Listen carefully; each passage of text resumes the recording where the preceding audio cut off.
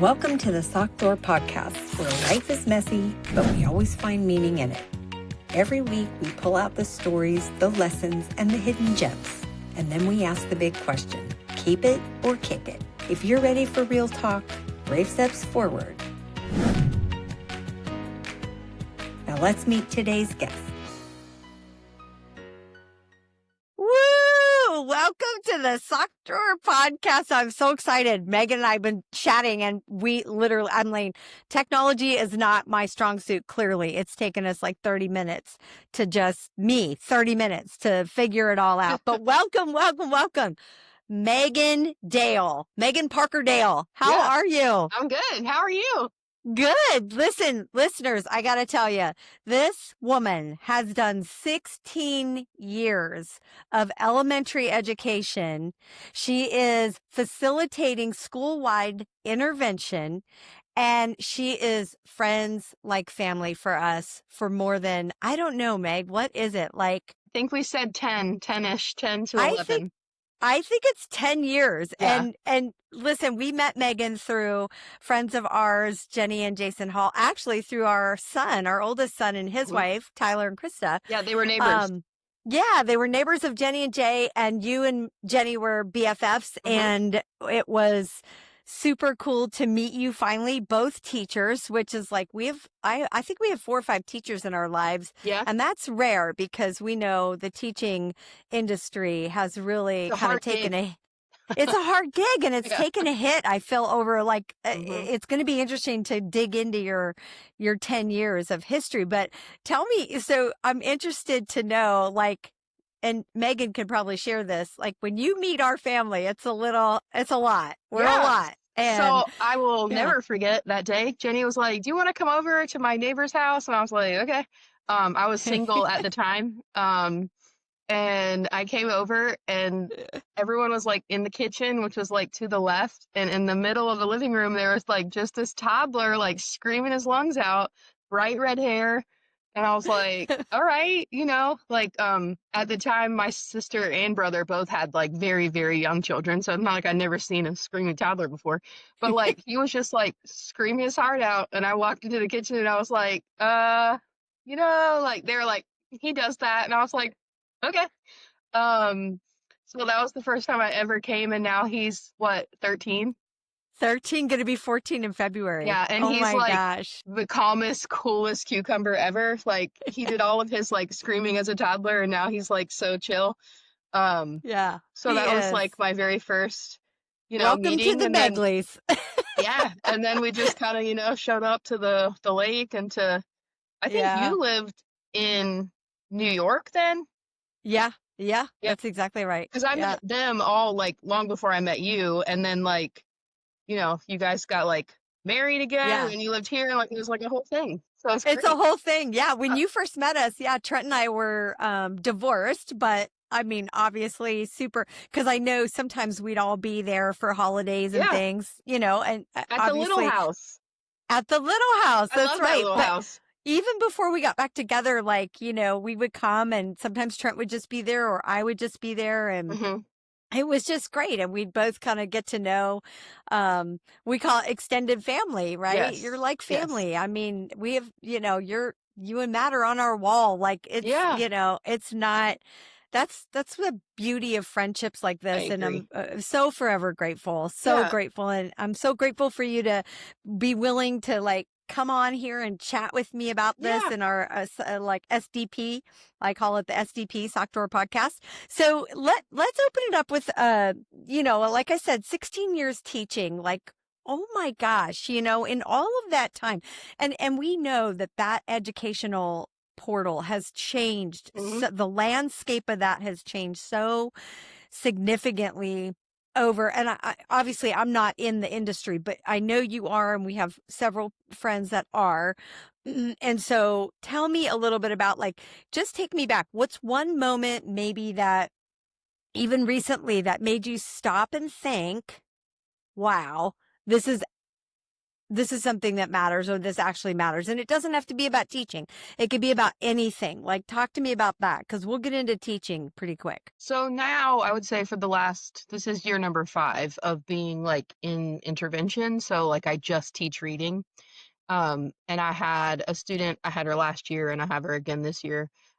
She's actually in Jenny's class, which is kind of cool because that's like another way that her and I get to talk at work. But she struggles a lot. And I worked with her last year and we've grown over time. But like this week, she was like actually like reading, like putting the skills together to read. And like I got to like take her to her teacher last year and like talk about it with like our administrators. Like she's a reader now, like, and that like I don't take like personal entire credit for that. Like she's worked really hard with other teachers, but like Yeah. I was part of the people that taught her how to read, and that will like change her life forever, like and that was Forever. like very impactful to me. Particularly like talking to Jenny about it and like talking to the teacher she had last year. And like I took her to her classroom and she was like literally like holding the kid's hand, like jumping up and down. She was like, "You're reading." And I was like, "We taught you that. Like we did that." So cool. And I And think I feel that's like impactful forever for her. Like that's so impactful. That's going to mhm, change the trajectory mhm. of her whole life, like the path that she may take and the choices that she makes in the future. And share with me if you think this is an accurate statement, but I feel like, teachers kind of get I don't know that they get a bad rap, but the industry and the position and the job of doing that kind of, I feel like it's a bad rap. And we miss the pieces of it that are very small piece of that, but the pieces that encourage teachers to do their job For and sure. reward them for what they're doing, right? Well, yeah, I So, mean, it's a broken like system, and we could have like a yeah, whole like series about that, like in a yeah, lot of different let's do ways, it. but like Yeah, at the heart of it, like there's still good to be found. But like I think as people like just as like the culture of the world changes to like everybody has an opinion about everything and like there's no way anyone else's opinion could be right. Like, but a lot of people that like form those opinions about teaching, like yeah, have never been a teacher or haven't been in elementary school since they were a student, yeah, or have like this perception because of the media or whatever, like this is what it looks like when like that's not what it looks like. yeah, um yeah. So so I think it's take just a me lot of like back. Yeah, I don't know, like people don't like you don't understand what it's really like it's until you live it undervalued. every day in and out, it's not always how it's portrayed. And I've worked in the same school my entire teaching career. So like I know my school very well, but like I work in a very big, very diverse county. So like, it's not always what it seems or what the Yeah, so news will tell you it is. exactly. And when you say that, like, tell me a little bit more about that. How do you mean that when you say that? So I think a lot of times people like I feel like especially recently like education has become political and like Yeah. people will have an opinion about like they're teaching kids XYZ. I mean, maybe some people are, but like I feel like my husband and I talk about this a lot. Like you can't have a broad scale opinion about a group of people without like that doesn't apply to all people. Yeah. Like women feel this way, not all women feel that way. Yeah. Like teachers feel this way, not all teachers feel that way. Like Yeah. uh even political parties, like it doesn't like that's not how the real world works, but people Yeah. like to like polarize things. Does that make sense? So It I totally think makes like sense. it's become a political issue because of like funding and like, you know, teaching different types of kids and like Yeah. there's a whole lot that's just but like at the root of it, like I teach kids to read and I do a lot of other stuff, but like that's my favorite part, and that's why I Oh, haven't left or done something else or. yeah. And why would you when you get rewards like what you just said, right? So take me back a little bit. Like when was it? If you can remember back, when was it that you decided I'm going to be a teacher? So Did my you dad always is a know teacher. that? Okay. My dad was a teacher for his most of his career. He worked a Okay. different job first, but I mean like 20 plus years. Mostly high school, a little bit of middle school, but I grew up obviously with him as a teacher. I actually had him as a teacher in high school, Yeah. Yeah. for multiple Oh classes, which was gosh. pretty cool. And he Yeah. was one of my favorite How was teachers. that? It was awesome. Not because he was Was my it? dad, but I mean, he was a very, very good teacher. He taught biology and anatomy. So I had him for multiple classes, but I loved it. It was weird, a little weird at first, and Yeah. people thought I got like special treatment, but I did not. Yeah. Um, I remember one morning like coming downstairs and we had a test that day and the test was like in a folder on our kitchen counter. And I was like, I remember seeing like the folder closed and his stuff with it. Like I didn't see Tess ahead of time. I did Yeah. call him Dad, not Mr. Parker, but that was about it. Wow. But he So was a teacher. and that's unique. So Yeah. is that is unique because most kids would be like, you know, at least in Yeah. today's world, like, oh my mom, Yeah. I And don't I want to think be in your class, you know? because it was high school, that made a difference. Like Yeah. I was like 15. So it's not like I was like a 9-year-old where he was my third Yeah. grade teacher every day, all day. Yeah. Like he wasn't It's my just one only teacher at class. the time. It was like one class. I had him for 2 years, like for 3 Awesome. different classes. Very cool. But so that So, was my kind of like role model. But I went to college because I wanted to be a doctor. I wanted to be a pediatrician. So I okay. like majored in biology and then I had like a defining moment where I was like, I don't want to be a doctor. So my friend was in nursing. Tell me more about that. Yeah, Tell my me friend was like in what, like pre-nursing or whatever, and I think she was doing yeah. like a CNA type thing. Anyway, so she spent the summer in like a pediatric ward doing like whatever training she was doing at the time. Anyway, she told me at the end of the summer, she was like, "We had a great summer, only one kid died." And I was like, "What?" She was like, "That was like a Like a victory. positive. Like that the whole summer they only lost one kid." And I have a friend since that I've talked to recently and she works in the Mm. PICU and she was like, "That is a celebration." Like that only and I was like, "I'm Oh, out." I was like, it, all I could think about is like what happened to that one kid and like uh, I was yeah. like, I could never do this. Like I Yeah. could never go to work, lose a kid and just like carry on with my life. Like and I Yeah. love that there are people that can do that and can Yeah. work Can in compartmentalize that. medicine Yeah. and I have like Yeah. a complicated medical history myself. Like I'm very happy that there's people that do that, but I was like, this is not for me. And I Yeah. literally changed my major like the very next semester and I was like, and I'm done. And I'll be a Wow. So teacher. you're, you know, and maybe I have this wrong, but I would feel like you're very blessed in that because there are so many kids that go to school all these years and become doctors. In fact, I know there's one YouTube channel I follow, Ali Abdal, and he did that.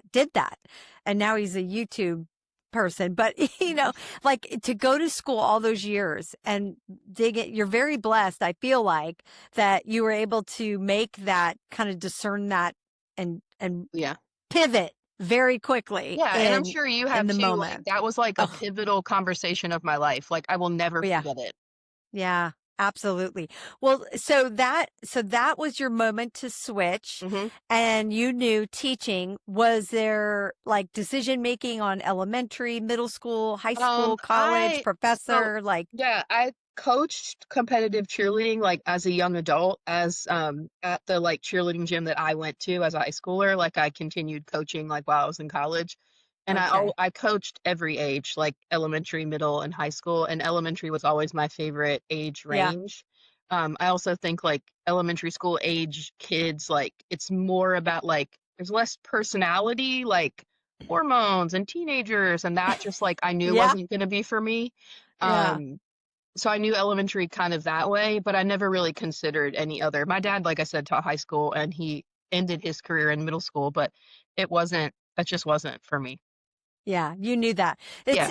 It seems like I'm sensing a pattern here where you're very, call it pragmatic, call it whatever you want to call it, but you're very fortunate to be able to go like decision making. No, this came up. Nope. Okay, now I'm going to pivot and this is what I'm going to do. And that's hard for a lot of people, as you well know, Hmm. for me, right? Yeah. But I've pivoted so many times, Yeah. you know, I don't know if you would say that's a good thing or bad thing, but so you go into teaching and you know uniquely you have been at the same school Mhm. for your entire Yeah. 16 So the years and year that is so out of character my first for year the teaching. teaching, my first Ah, year teaching was the year the school opened. And okay. that's actually, so Jenny worked in that building the year before with the school that she used to work at, and then it became Banks anyway. So she worked there the whole time too, but she taught prior to Banks. But anyway, so that my first year was the first year the building opened, and I had a really hard time like finding a job, which is not the case anymore. But like Yeah. the principal at the time, his wife and my mom were coworkers, and I used to babysit his kids, and like now they're like adults and stuff. And she was like, he has an interview, like an opening in first grade. And I feel strongly that I got the job on my like personal merit, but like I definitely got an interview because I knew someone. And I think in Yeah. any professional setting, like knowing people is how you like move and get opportunities. Like, Yeah. I never would have got the interview if I didn't know him, but I think that, like I made a good impression. So I taught first grade, and then I taught second grade for a few years, and I taught Yeah. fourth grade for a few years, and then third grade before intervention. So I've had a wide experience range in elementary school. Yeah. What's your favorite grade so far? Um, so I really enjoyed intervention because I get to like teach but still support teachers. But I think if I had to go back, I would be like in the third, fourth grade range. Like they Okay. know how to like be at school, but they still like think you're cool and like want to learn and like do fun things. Yeah. Fifth grade is hard for me. I have a fifth grade group now, and they're like really cool and they want to be cool and they like don't want to Yeah. do. So I think like third, fourth was kind of my favorite. If I had to pick one, I'd probably pick fourth just because they're like, it's like the perfect age, like Yeah. to, really, they're really cool kids. So tell me a little bit about, because we talked about this a little bit and we talk about this often actually, is the industry itself, right? Like it's definitely changed over the last 10 years for sure, probably in big ways that you can really recognize and acknowledge. But so I think about this because I know the teaching industry needs more teachers, Mhm. and not a lot of kids coming up are making that decision to become teachers. Do you have any insight as to why that would be? And what would you offer somebody as advice of if they're on the fence of like, I'd like to be a teacher, but man, I don't want to deal with A, B, C, and D, or I want to be a teacher, but I'm just not sure. Like, what kind of advice would you offer somebody in that way, heading in that direction? Because I'd love Well, to get more teachers, yeah, I would you know? encourage them to spend time in a school in whatever capacity they can do, like whether it's Okay. subbing or volunteering or like Yeah. elementary school is not like it was like when I went to elementary school, Yeah. like um and I That's think great it's just advice. the like go and see. Like there's so much with technology and social media. Like, there's a like teacher Facebook group that I'm in that's like all Wake County teachers, and people will be Yeah. like, like reach out, like, I want to be a teacher. Can I observe? And like, obviously there's rules about that, but like, come and Yeah. see like what's really happening, and don't just like rely on like media output to like determine like whether you want to be a teacher or not. Like, Yeah. they're not going to make a ton of money, but like, I went back to school I don't remember, third year, I think. And I got my master's online. So like I got more money for that. And there's other opportunities. There's like a national board thing you can do. I've never done that, but there's other Mhm. opportunities to like make more money. But it's not a prof. You're not going to be like rolling in the money Yeah. being a teacher. But I think it matters. Like, I know it matters. Like, I, Well, and the and rewards have got to outweigh yes, and the you have to lesser know, money. like, you're not doing it for the money. Like, that's not ever why. But I Yeah. think it's hard. Like, there's a lot of, kids have a lot of challenges that I think I know they've had forever, but they just like manifest differently now. Like, Yeah. there's a lot of trauma in elementary school that people like don't want to talk about. Like, kids that like we had a kid this week at our school like lost her whole home to a fire like Mm. last week. Like, Mhm. her whole house gone, all her stuff Yeah. gone. Like, Mm. people don't want to talk about that, Aw. like they don't want to Yeah. talk about like parents with multiple kids and not a lot of resources, or like, they've been through XYZ, trauma. I'm not sure if I'm allowed to say this or not. Um, Yeah. but like Well, that affects the kid that comes to school, like yeah. not I think everybody comes to school the way I did with two parents. I never wondered what I was going to eat for dinner. Like, I always had clothes and shoes. Like, We Yes. weren't like wealthy, but like I never Had to worry had to about I those never things. worried about basic needs as a child. And Yeah. I think a lot of children do. And that's something that like Yeah. that affects how you come to school and how How you show up. for sure. Yeah. Yes, that's such a great point, Meg, because I feel like we're lacking in today's world of people who have the empathy and the desire to help people Mhm. like that. Now, Mhm. there are millions of people who Yeah, help in with resources, volunteering their time, financially.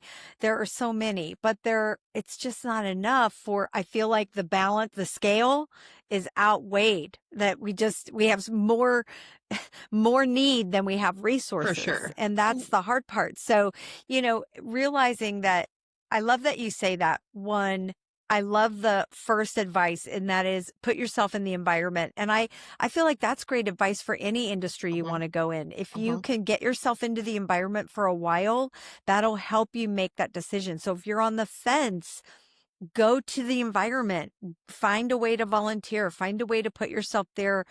As obviously, like you said, there's probably some hoops you have to jump through a little bit, but to be okay with that, because the safety net has changed. Like COVID, the safety, the security, all that's changed, and I get that.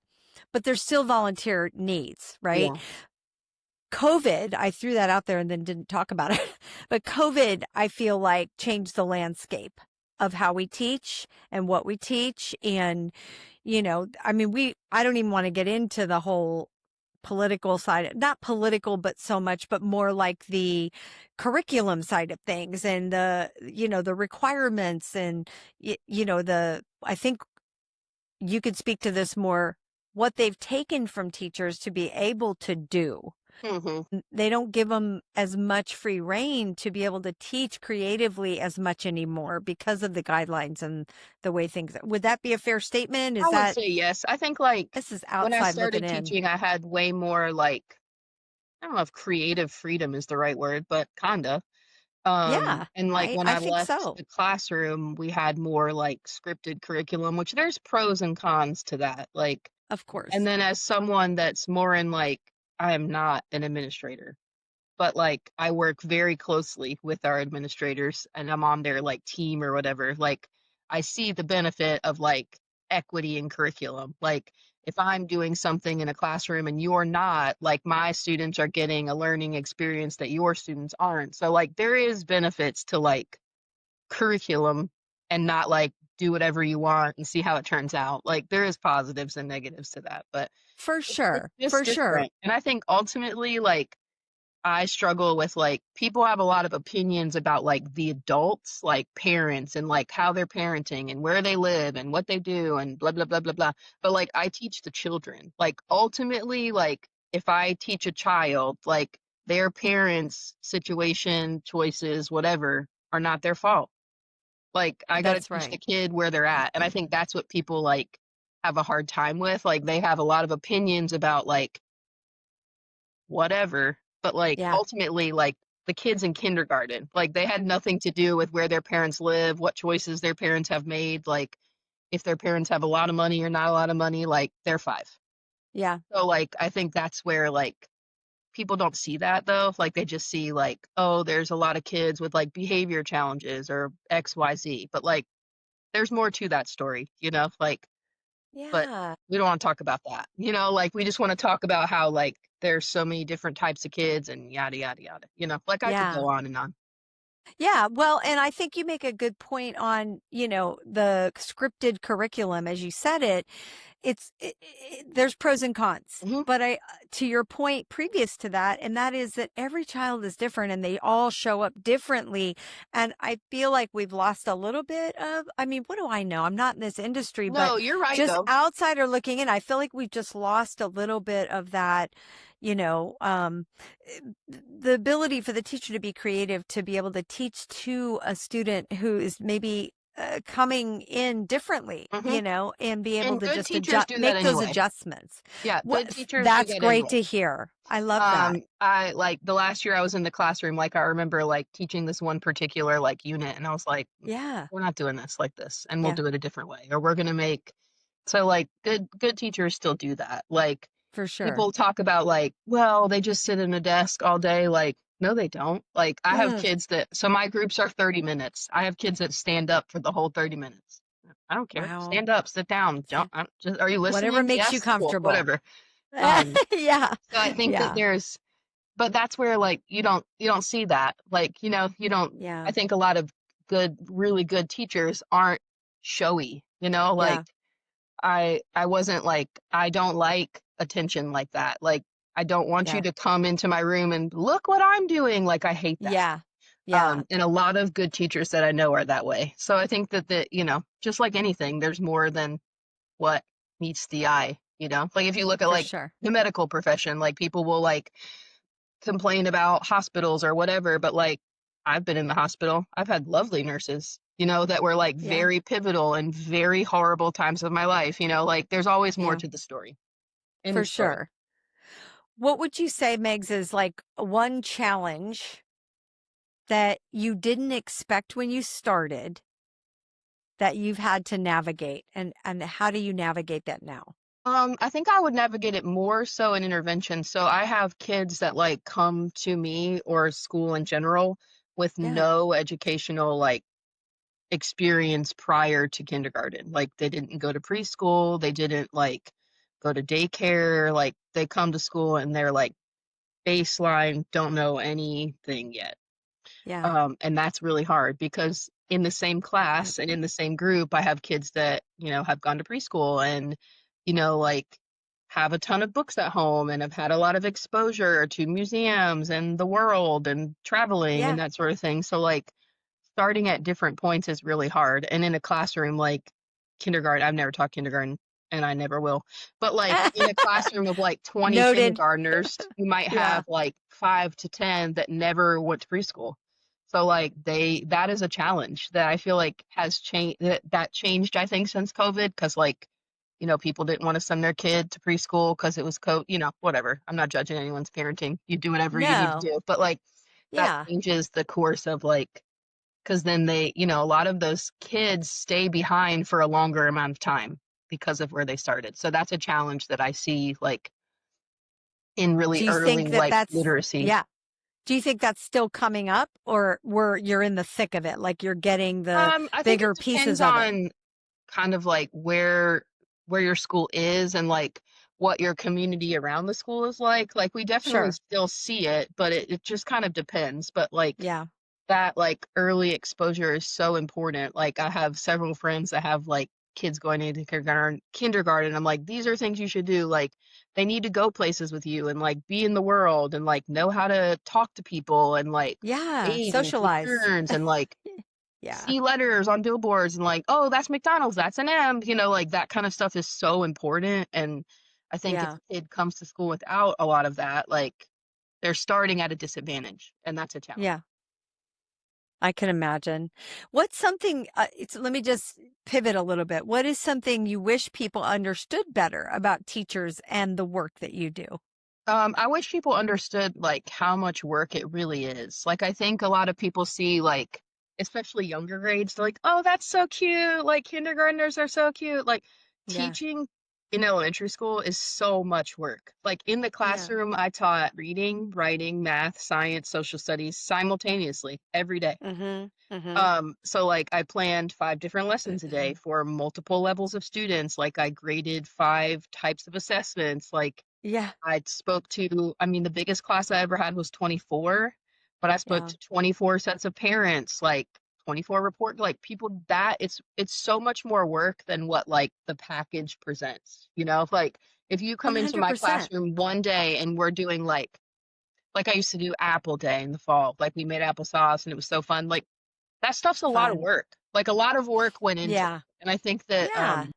I wish people knew like how much work it really is to be a teacher and that it never like turns off. Like I would go home and go to bed and think about like a certain kid like did I say the right thing? Are they like safe tonight? Like, do they have food to eat? Like, I feel Yeah. like a lot of jobs you don't do that. Like, you just leave and it's over and that's cool. Like, that's, You you know, clock but out like and go teaching home. isn't like that. Like, it like lives in your being, you know, like, Yeah.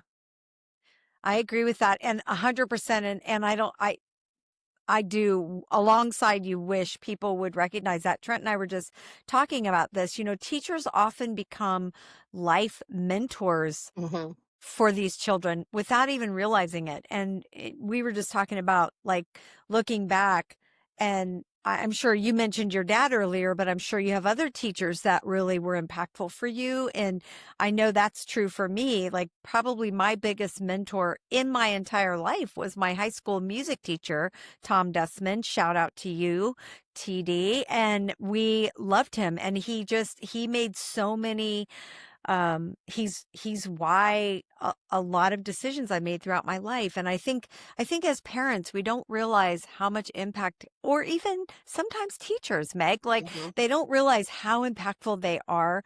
We as parents don't realize how things we say or do can impact our children, and we make those mistakes and we learn from them and grow. But teachers as well don't realize sometimes how impactful they can be and how they are looked at and looked up to so many mhm, times as mentors, and the impact they can have. Like you said, when we started the podcast, right? Like just looking at that recent child who is reading now, mhm. like, wow, that's huge, right?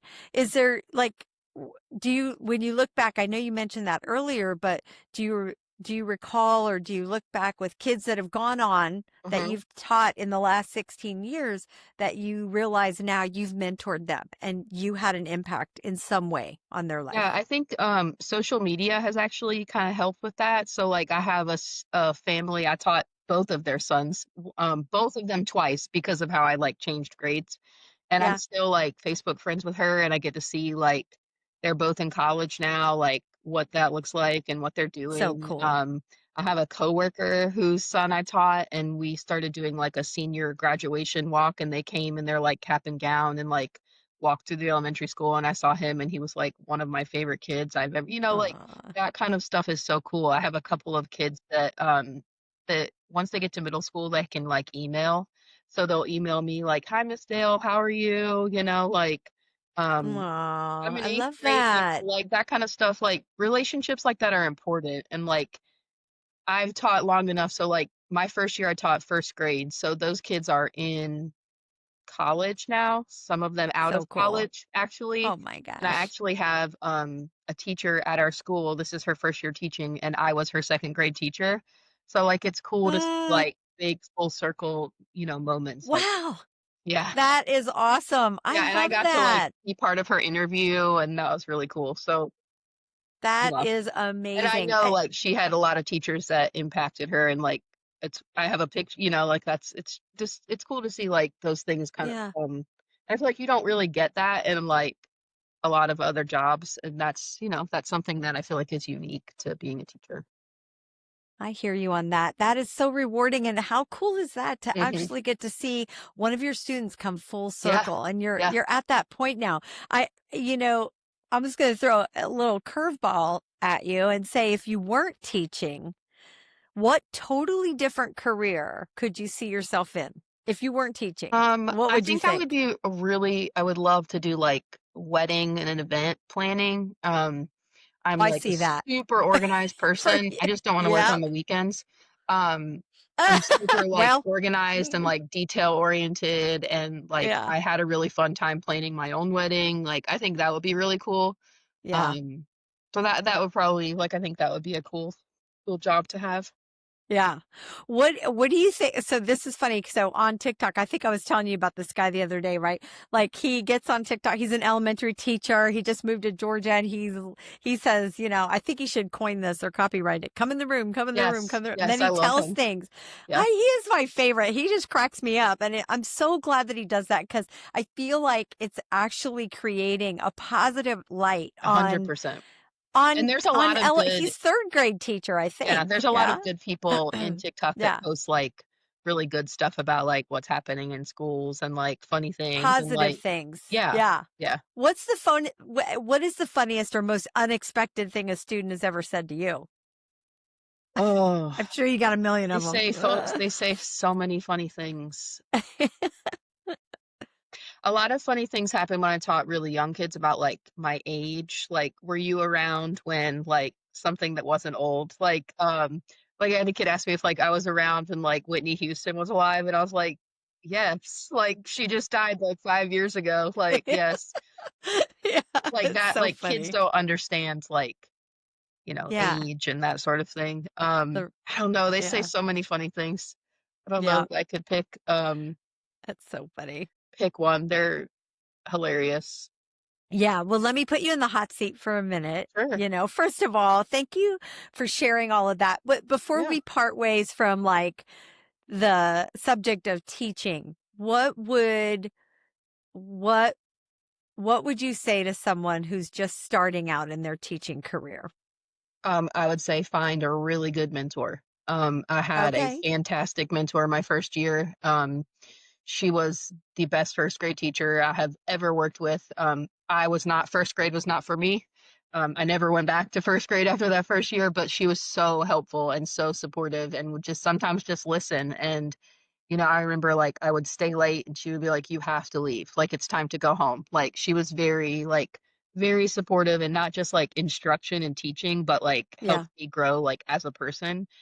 So I would say like find a really good mentor that you trust and that you can like, this is what happened today. What should I do? Like she was Yeah. my first, but I had many other like mentors along the way that like, were very impactful. Like that's what I would say. Like you need a really good mentor, especially in elementary school. Like, Okay. you know, that would be my like first advice.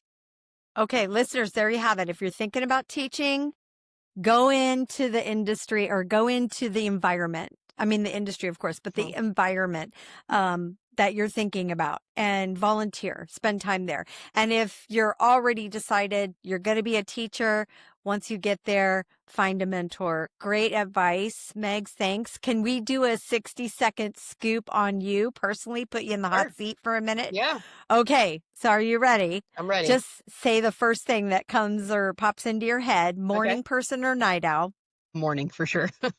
as here we are in the Yeah. early morning. Favorite socks, fuzzy winter dress socks or athletic socks? Fun fact, I hate socks. I Oh, actually hate wearing you, socks. you are I on the do Sock Drawer I podcast. have been that way since I was a child. It's like a sensory Yeah. thing. Like I don't like the way they feel. But I do love a like fuzzy winter sock when it's really cold. Okay. So, okay. I hear you on that. What song instantly puts a smile on your face? Mm, so many.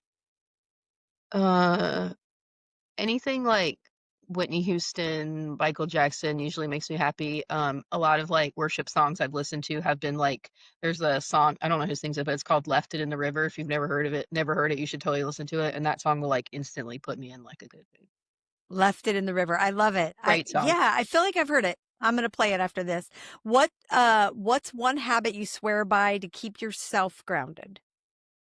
A paper calendar at work. I cannot do like a Google digital calendar. Megs, Like so you. I am a paper calendar Yeah. person, like, to my core.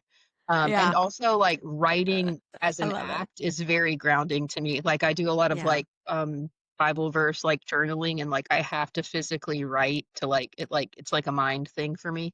So I Yeah. think, like, journaling, writing, and then, like, planning on, like, physical paper is impactful to me. Okay. I love that. Yeah. I'm with you on that. Something you've recently let go of in your life. Mm. I think I've let go a lot of, like I still have expectations, but I think, Hmm. like, expectations have had, like, a stronghold in my adult life, like, my own personal expectations, and I think I've tried to, like, let go of some of that and, like, Hmm. live at, like, like, the plan that, like, God has for me and not, like, my own personal plan. I think I've let go of a lot of that, like, Good this for is what you. I want. Well, doesn't work like that. Yeah. Yeah. Amen. If your teaching career were a book, what would the title be? I think it would be called, like, something with matter, like, it really does matter or, like, it's worth Yeah. it, it matters, something like that. Yeah. How is it because how is it with Matt? Like what's a relationship like with marriage? Like, how can you balance that? Like with teaching, you mean? Like being a teacher Teaching. or just Yep. in, Yep. so he's very and I think he learned this very early on. Like Yeah. when I come home from school, like I need like 30 minutes to like not talk. But luckily he does too. So like we spend Yeah. like the first 30 minutes we're home like not talking, like in separate rooms. I And love then that. because I talk all day, like all day long, Yeah. to adults, to children, like I Yeah. constantly am talking. So I think Yeah. that was something that we learned. And he just listens. Like early on, we would struggle with like he would want to give like solutions, like I feel like most men do. And like I don't want a solution. Like I just want you to Yeah. listen. So like I Yeah. think we've got like he'll say like solution or do you just want me to listen? And I'll say just listen. And that was helpful for us to like recognize that like I don't need you to fix it. And you can't Yeah. anyway. But like Yeah. Yeah. um so that's been helpful. But I think so my school is year round. So I have like 3 weeks off after every like 9 to 10 weeks instead of a super long summer.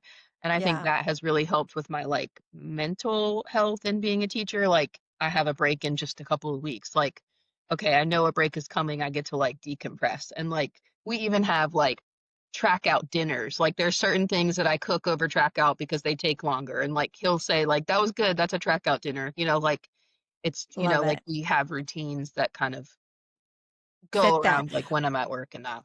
Yeah, interesting. Like we didn't even touch on that.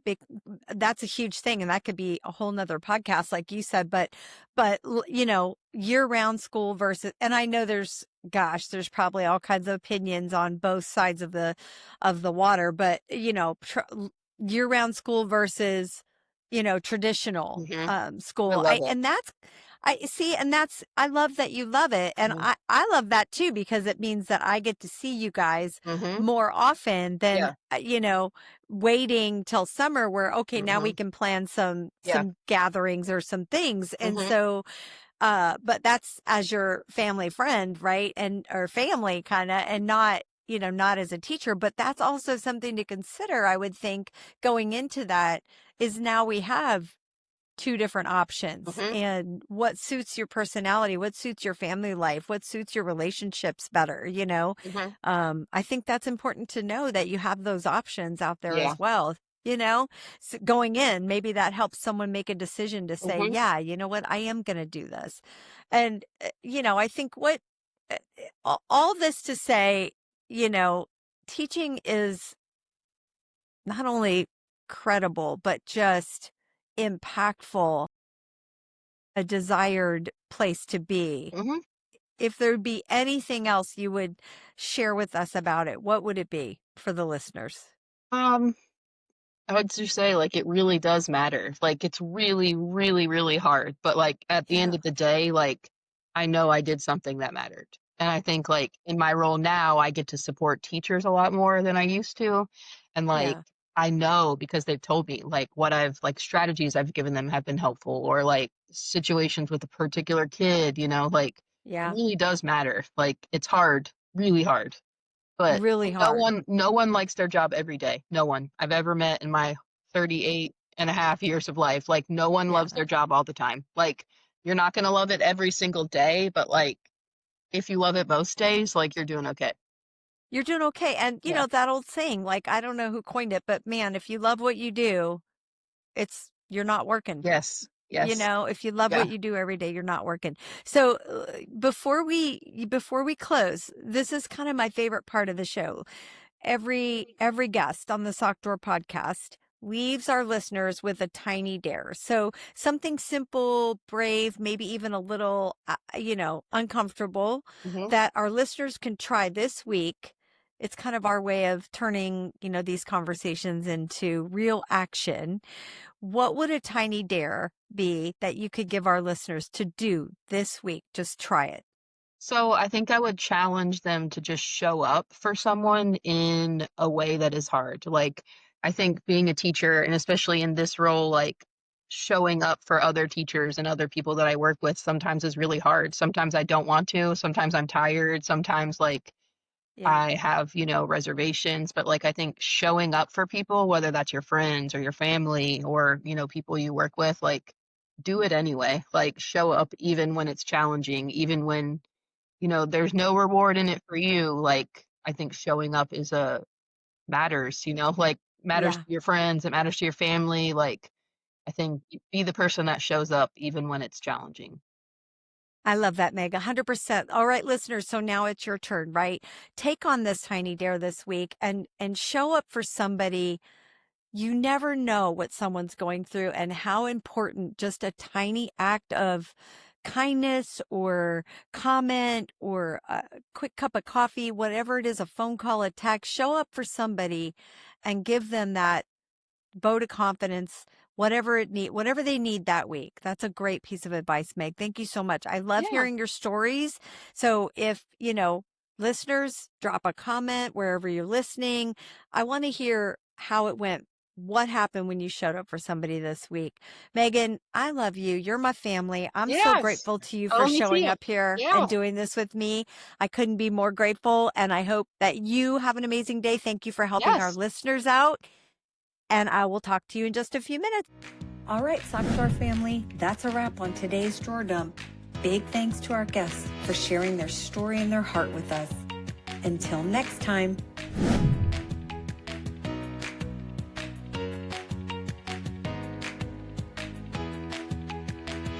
Don't forget, life's too short for mismatched socks. Retire the ones with holes, inspire the ones that still shine. See you soon.